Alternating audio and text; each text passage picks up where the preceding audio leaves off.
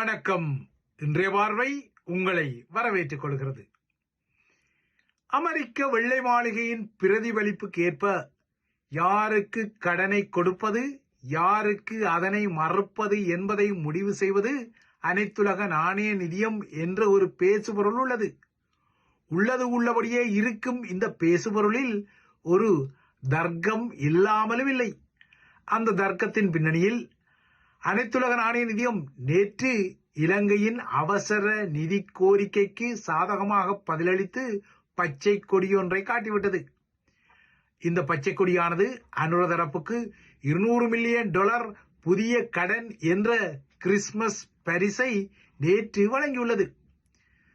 அனைத்துலக நாணய நிதியமான IMF நேற்று பச்சை கொடி காட்டிய இந்த அவசர நிதியுதவியானது தித்வா சூறாவளியால் பெரிதும் பாதிக்கப்பட்ட இலங்கைக்கு தேவைப்படும் நிதி அழுத்தங்களை சமாளிப்பதற்கு உதவும் ஒரு படியாக மாறப்போகின்றது. நேற்று இந்த பச்சை கொடியை IMF வாஷிங்டனில் காட்டுவதற்கு முன்னர் ஸ்ரீ ஜெயவர்தனபுரவில் உள்ள நாடாளுமன்ற அரங்கத்துக்கு சென்ற ஸ்ரீலங்காவின் அரசு தலைவர் அனுரகுமார திசாநாயக்கா தித்வாவுக்கு பிந்திய மீட்சிக்காக, அதாவது சூறாவளிக்கு பின்னால் ஏற்பட்ட பெருவெள்ள அனர்த்தங்களால் ஏற்பட்ட அழிவுகளின் மீட்சிக்காக தனது அரசாங்கம் அடுத்த ஆண்டில் மேலதிகமாக 500 பில்லியன் இலங்கை ரூபாவை செலவிட திட்டமிடுவதற்குரிய அங்கீகாரத்தை வாக்கெடுப்பின்றி நாடாளுமன்றத்தில் ஒப்பேற்றமாக பெற்றிருக்கிறார். அதன் பின்னர் இந்த ஒப்பேற்றத்திற்காக 2 நாட்களுக்கு விசேடமாக கூட்டப்பட்ட நாடாளுமன்ற கூட்டத்தொடர் முடித்து வைக்கப்பட்டது. இனிமேல் ஸ்ரீலங்காவின் நாடாளுமன்றம் புத்தாண்டுக்கு பின்னர் தான் கூடும் என தெரிகின்றது. தித்வா சூறாவளி இலங்கைக்கு 500 பில்லியன் இலங்கை ரூபாவை மேலதிகமாக செலவாக உருவாக்கி இருப்பதால் இந்த செலவீனம் நாட்டின் பொருளாதாரத்தை கடுமையாக அசைத்து அதனை வீழ்ச்சியடைய வைக்கும் என அனைத்துலக பொருளாதார நிபுணர்கள் எச்சரிக்கையை விடுத்துக் கொண்டாலும் இந்த எச்சரிக்கைகள் உள்ளூர் அரசியலில் எதிரணிகளால் பிரதிபலிக்க வைக்கப்பட்டாலும் இதனை நேற்று நாடாளுமன்ற அரங்கில் அனுரகுமார திசாநாயக்கா நிராகரித்திருக்கின்றார். திடீர் அனர்த்தத்தால் இலங்கையில் பாதிக்கப்பட்ட மக்களின் வாழ்க்கையை மீண்டும் கட்டியெழுப்பிக் கொள்வதற்கு இந்த 500 பில்லியன் ரூபாய் மேலதிக செலவு அவசியம் என்பதை தெரிவித்த அவர், இதனால் நாடு பொருளாதார நெருக்கடிக்குள் தள்ளப்படாது என்ற ஒரு உறுதிமொழியையும் வழங்கிக் கொண்டார். இந்த உறுதிமொழியை வழங்கிக் கொண்ட அவர் இலங்கை மக்களுக்கு நம்பிக்கை ஊட்டுவதற்காக சில விடயங்களையும் கூறிக்கொண்டார். அவ்வாறாக அவர் கூறிய விடயங்களில் ஒன்று, கடந்த மாதம் நாட்டின் திரைசேரியில் 1.2 டிரில்லியன் ரூபாய் உபரியாக இருந்ததாகவும் இது இலங்கையின் வரலாற்றில் முதல் தடவையாக இலக்கை மீறிய வருமான சேகரிப்பின் ஆதாரம் என்றும், இவ்வாறாகத்தான் பல சாதனைகளை தமது அரசாங்கம் செய்வதால் அடுத்த வருடம் இந்த தித்வா சூறாவளியால் பொருளாதார நெருக்கடிகள் ஏற்பட்டாலும் அதனை சமாளிக்கும் வகையில் அரசாங்கம் நகரும் என அவரது உறுதிமொழி வந்தது. தமது அரசாங்கத்தின் இந்த சாதனைதான் தித்வாவால் முன்வைக்கப்பட்ட அவசர தேவைகளை பூர்த்தி செய்ய தனது அரசாங்கத்திற்கு 500 பில்லியனை உடனடியாக ஒதுக்க வழிவிட்டதாகவும் அனுரகுமார திசாநாயக்கா குறிப்பிட்டுக் கொண்டார். ஆனால் அவரது இந்த கருத்தை எதிர்க்கட்சியில் உள்ள சில பொருளாதார முகங்களும் சில அனைத்துலக பொருளாதார நிபுணர்களும் நிச்சயமாகவே ஒத்துக்கொள்ள மாட்டார்கள் என்பதும் இன்னொரு விடயம். ஆனால் இவ்வாறெல்லாம் வெளிப்படையாக சில விடயங்களை சொல்லிக் கொள்ளும் அதே அனுர அரசாங்கம் தமது தரப்பில் முன்னாள் சபாநாயகர் அசோக ரன்வல போன்றவர்கள் தொடர்பாக எழும்பிய சர்ச்சைகளில் ஏனோ வெளிப்படை தன்மையை பேணுவதாக தெரியவில்லை. ரன்வலாவுடன் அண்மையில் தொடர்புபட்ட ஒரு வாகன விபத்து இலங்கையில் பேசுபொருளுக்கு உள்ளாக்கப்பட்டது.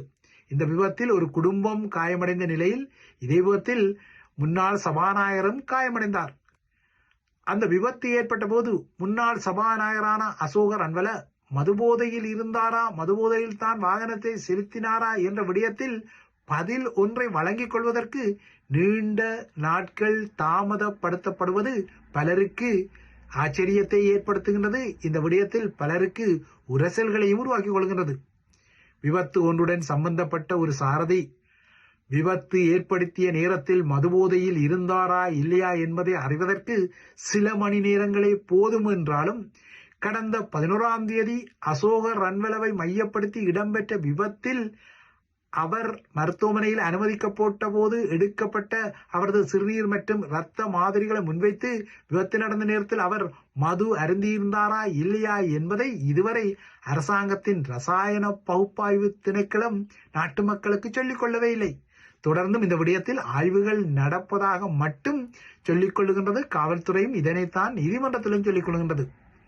சப்புகஸ் கந்தை பகுதியில் நடந்த இந்த விபத்தை அடுத்து அசோக ரன்வலவின் சாரதி உரிமத்தை, அதாவது டிரைவிங் லைசன்ஸை தற்காலிகமாக முடக்க நேற்று நீதிபதி உத்தரவொன்றை பிறப்பித்திருந்த நிலையில் இந்த மது பரிசோதனை முடிவு விபத்து நடந்து ஒரு வார காலம் கடந்தும் இன்னும் பகிரங்கப்படுத்தப்படாதமை அனுர தரப்பு கூறும் வெளிப்படை தன்மையை கடுமையாக உரசிக் கொள்கிறது.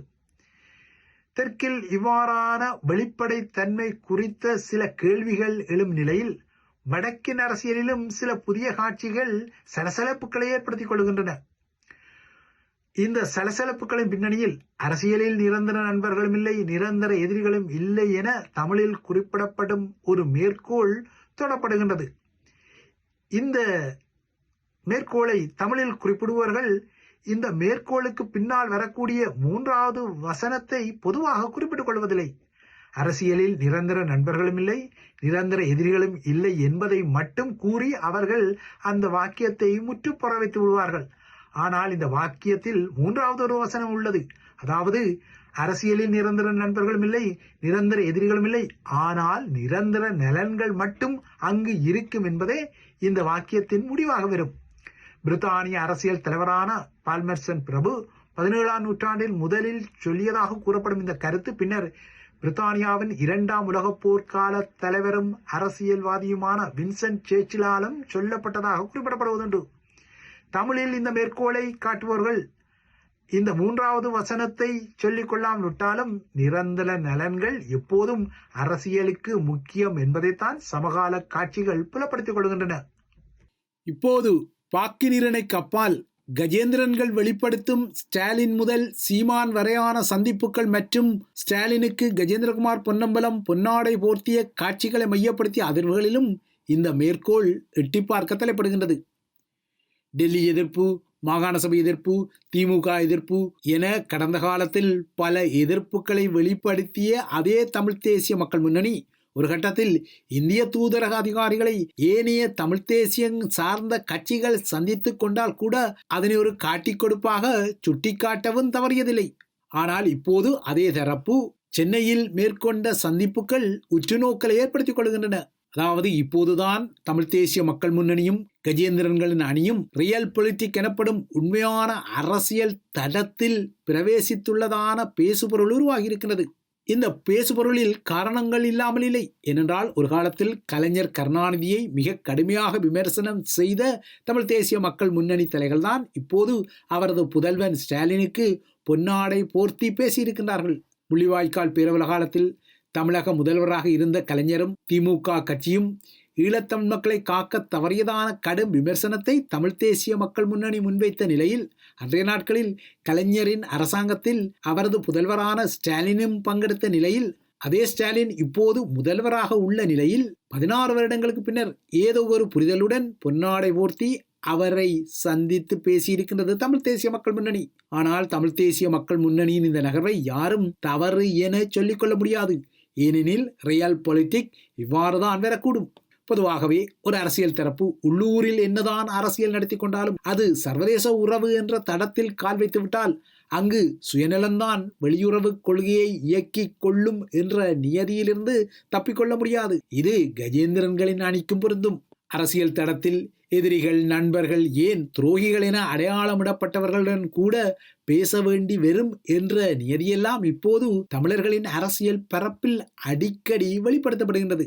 ஆகையால் இனிமேல் இந்திய தூதரக அதிகாரிகளை சந்திக்கும் ஏனைய தமிழ் கட்சிகள் காட்டிக் கொடுப்பை செய்துவிட்டதான ஒரு முத்திரையிடலை தமிழ் தேசிய மக்கள் முன்னணி செய்யாது என எதிர்பார்த்து கொள்ளலாம். அவ்வளவுதான். அந்த அளவுக்கு இப்போதைய ரியல் பொலிட்டிக்ஸ் காட்சிகள் வருகின்றன. இலக்குகளை மாற்றுவது, கூட்டணிகளை மாற்றுவது, முன்னாள் பங்காளிகளை ஓரங்கட்டுவது, முன்னாள் பகையாளிகளுடன் நெருங்கிக் கொள்வது போன்ற காட்சிகளுக்கு இந்த ரியல் பொலிட்டிக்கில் இடம் இருக்கின்றது.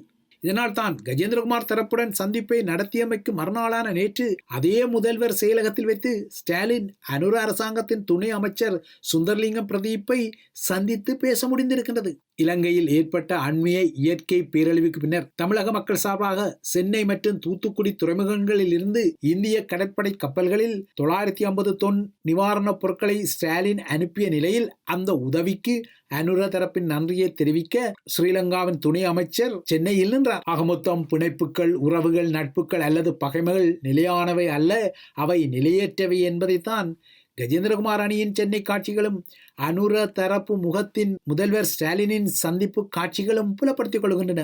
ஆகமொத்தம் பொருளாதாரம், பாதுகாப்பு, அரசியல் என வந்துவிட்டால் அந்த தடங்களின் இலக்குகளில் சித்தாந்தத்தை விட நடைமுறை அரசியலுக்கு வலு இருப்பதை சமகால சந்திப்பு மிஷன்கள் லேட்டாக என்றாலும் லேட்டஸ்டாக வெளிப்படுத்தத்தான் தலைப்படுகின்றன.